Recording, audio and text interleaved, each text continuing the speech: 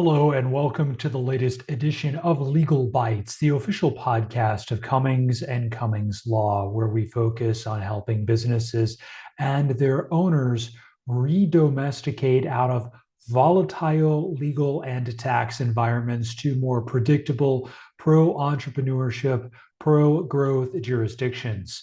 Today, we are reviewing a recent report by Daniel Bunn, Chief Executive Officer of the Tax Foundation, entitled "The State Race for Wealth Taxes Will Fail. Just Ask Europe."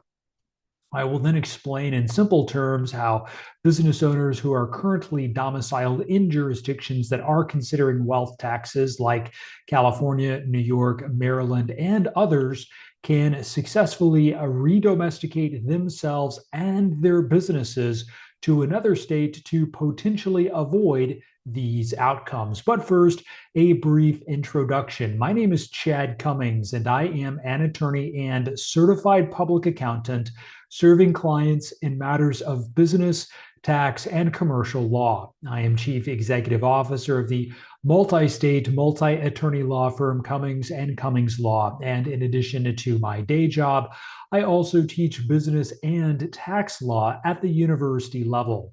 I hold 4 degrees, including 2 law degrees, as well as a bachelor's degree in accounting and a master's degree in taxation, in addition to 11 professional licenses and certifications covering accounting, tax, audit, and of course, the law. My firm website is www.cummings.law. On to business. The Tax Foundation's president and CEO, Daniel Bunn, published an op-ed in The Hill entitled "The State Race for Wealth Taxes Will Fail. Just Ask Europe." The piece surveys what is currently happening across the United States and reaches a conclusion that the international data have already established.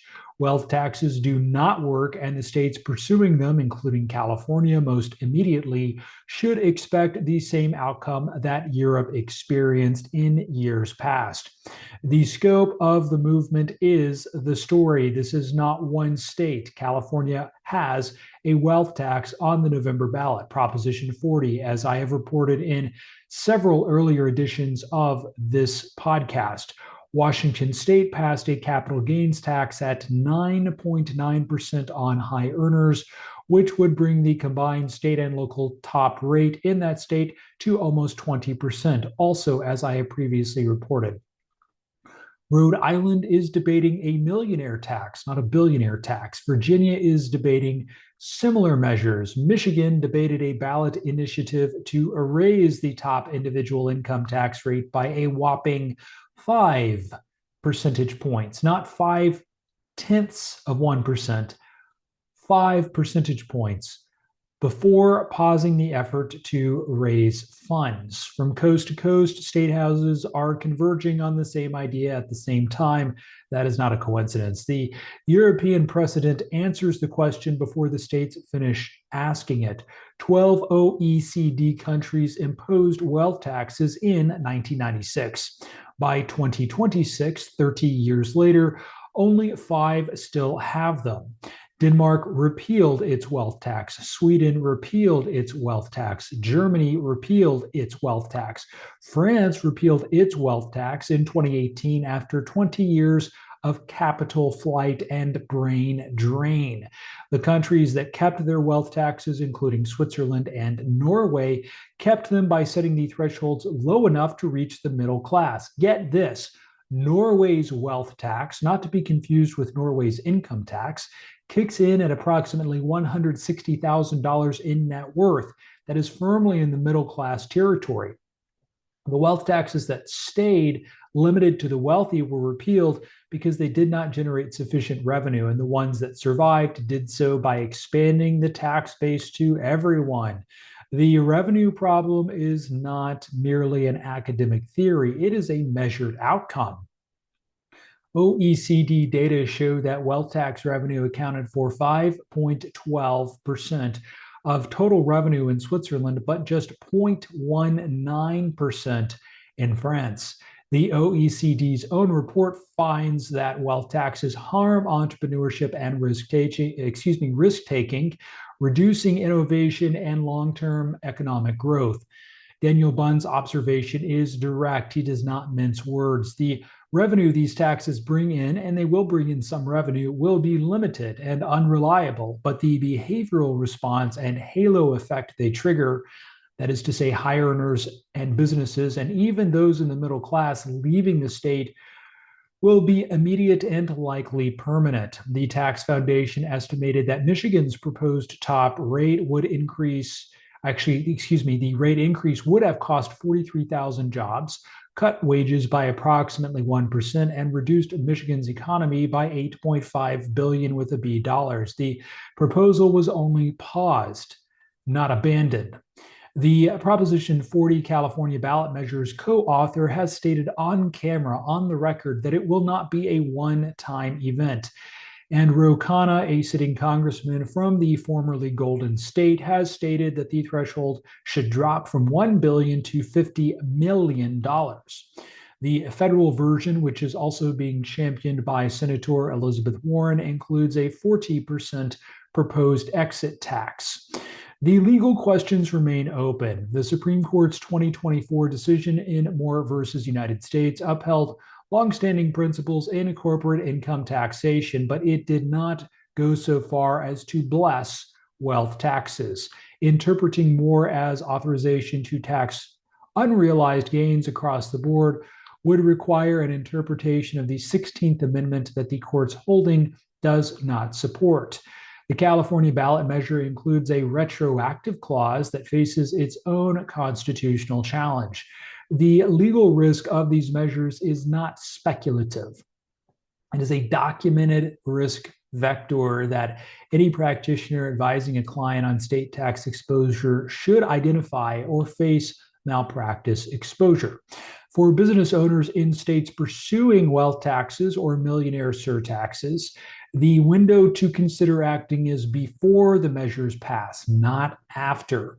12 countries tried wealth taxes in Europe, and 9 have repealed them as of the date of this recording.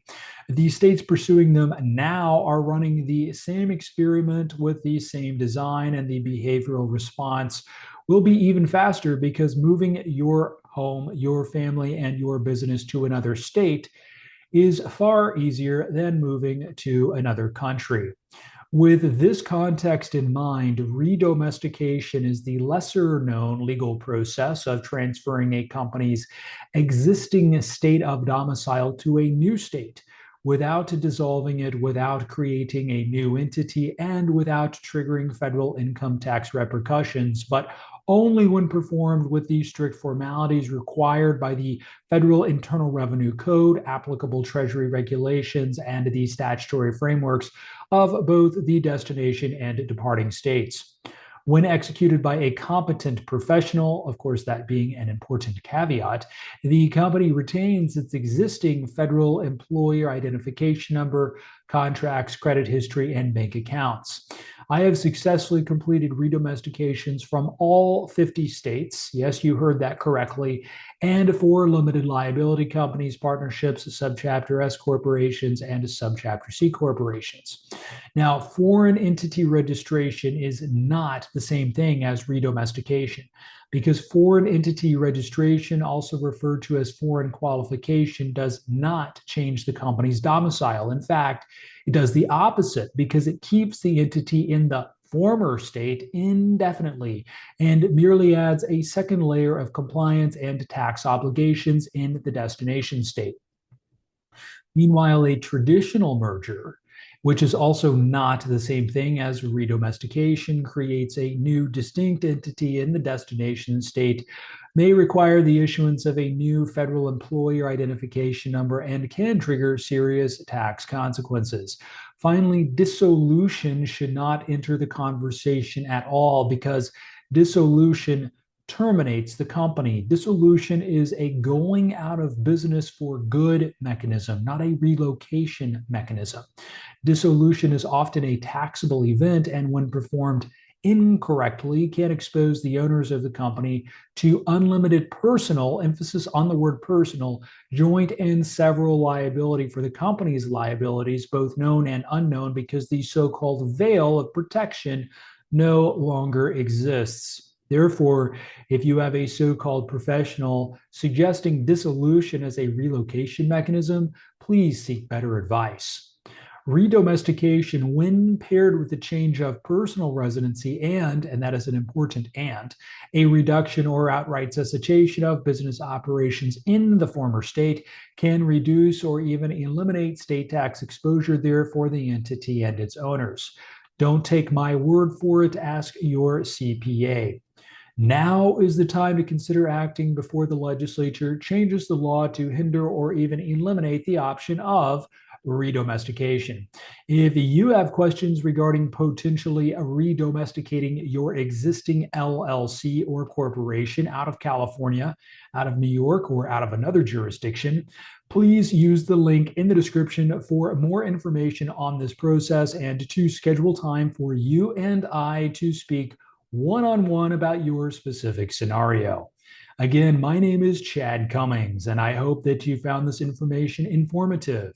As always, the information in this presentation, like all of my presentations, is necessarily general in nature and is not legal or tax advice, nor should it be construed as such, because that advice definitionally must be specific to a particular set of facts and circumstances. Should you have any questions regarding this information or the content of any of my many earlier presentations on these tantalizing and timely topics, please visit my firm website at www.cummings.law, not .com, but .law, to schedule time for a consultation. I look forward to that opportunity to speak and perhaps even work with you very soon.